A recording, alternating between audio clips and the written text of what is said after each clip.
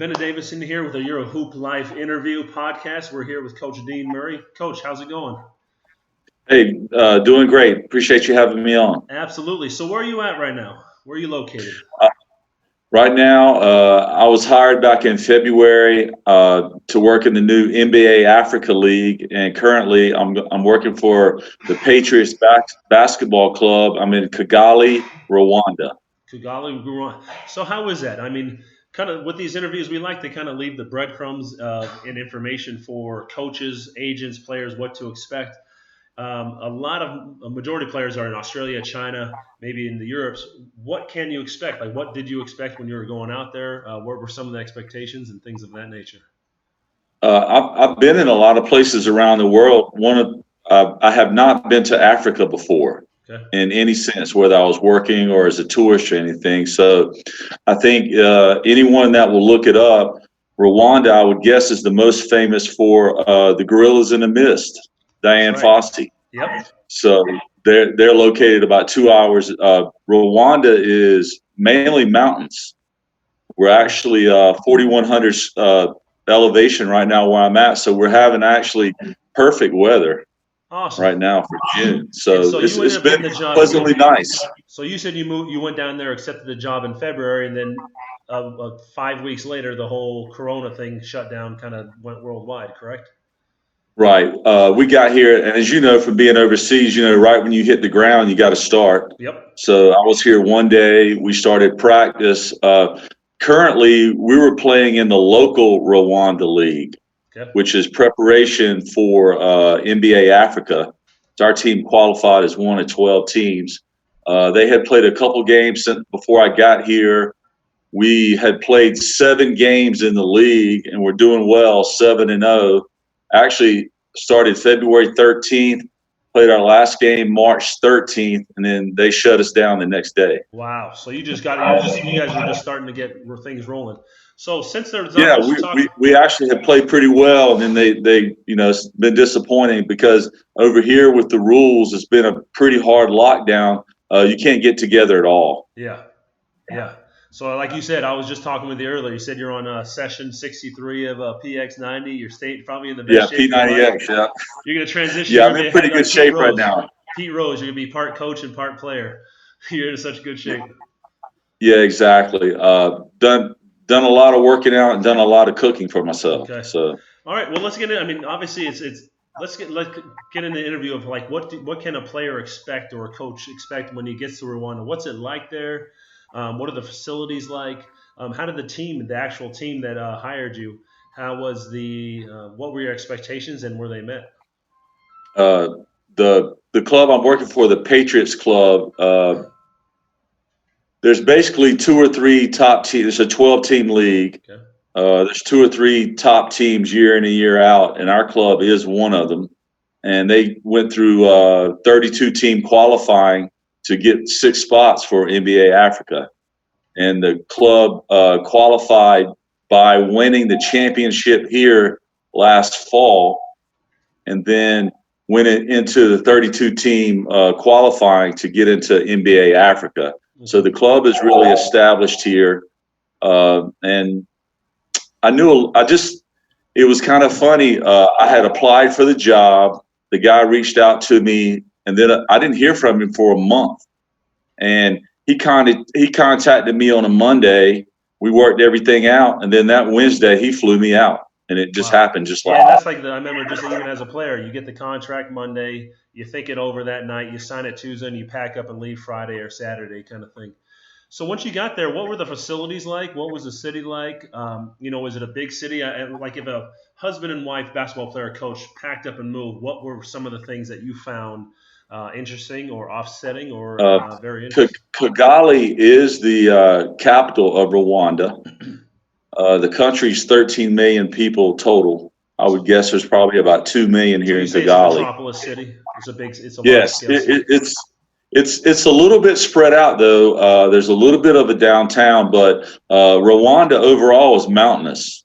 Okay. I've got some hills in my neighborhood. A lot of trees. I actually live in an area where there's quite a few diplomats living. Okay. Nice community. got a nice store to walk to and And everything. like, how are But the basketball it's facilities and things of that nature? one good thing is the president of the country here. He is a big basketball guy. Just last fall, over a 6 month period, he had the second largest arena in Africa built here in Kigali. How many people It does that seats hold?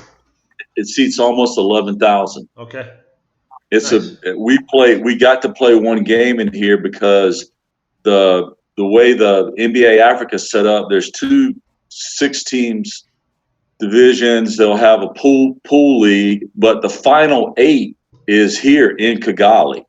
So they really went after it hard. And we have a facility that we play the local league in, which is a little bit older, but it's nice. And but the brand new facility is state of the art. Nice. It's nice. How many Americans are allowed, like, or EU players? Like, how is Africa run with, let's go about 45 seconds to a minute into it. Like, how many Americans? Are there always Americans over there, or are they looking to reach out to Right. Americans if any? The local Rwanda league can have basically 2 imports, Okay. but historically, their 2 imports come from Africa. Okay. When I got here for the local league, there was one kid from Congo and one player from Burundi, the country. Mm-hmm. But for NBA Africa, you can have 4 imports, 2 of them being non-African and 2 of them being African. Okay. And Plus, we'll have 2 other Americans who they're Americans, but they have Rwanda passports. So okay. actually, once we start the 12-man roster, we'll have 6 foreigners on the team. Okay, so it's just working around. It's kind of like Italy too. If you have a grandparent that was born in Italy, you can, even though you were born in New Jersey, I had a team like that in Naples where we had actually 6 to 7 Americans, but one had a Danish, one had a Scottish, one had a German, Irish, and all kinds of different passports. Right. Is it English as a second language over there? Actually, English is the first First language. language. Okay. French is second.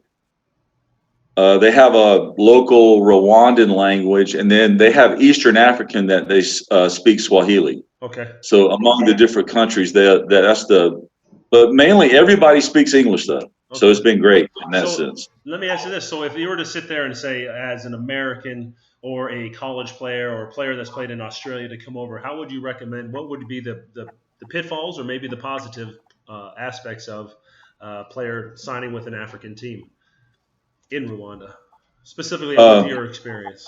well, in Rwanda, actually, one great thing about Rwanda is it's a small country. And the president here, he has a military background. It's actually very safe. Okay. I'll stop short of calling it a police state, but there is a big presence of police on the street, Okay. and they're heavily armed. So some people will say, "Well, isn't that scary?"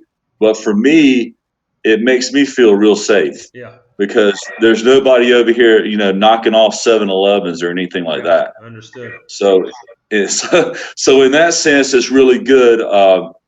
And actually, for Rwanda, from what I've learned, it's one of the nicest places to be in Africa. They actually call it the Switzerland of Africa. So for any So it's kind of quite former nice. basketball players or coaches, you would highly recommend say, "Hey, I give this a shot," and you know, give it an opportunity or something serious to look at. Yeah, I mean, I think the main thing, for all of us is we want to feel safe when we go Mm-hmm. somewhere.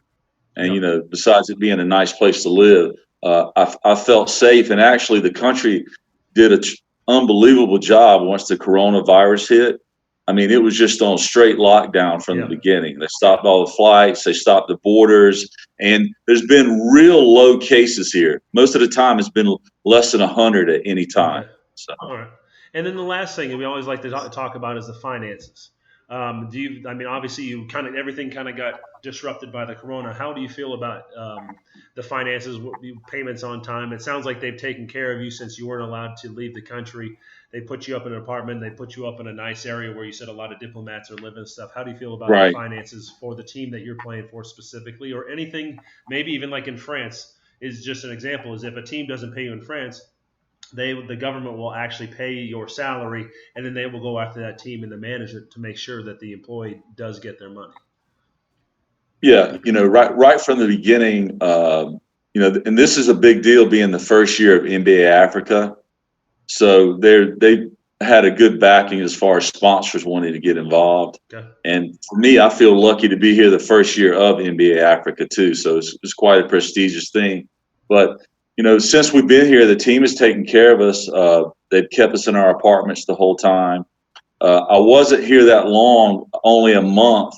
So the payments have been no problem. And we kind of just agreed from the beginning that once we stop playing, we haven't really been getting the contract kind of got suspended. Yeah.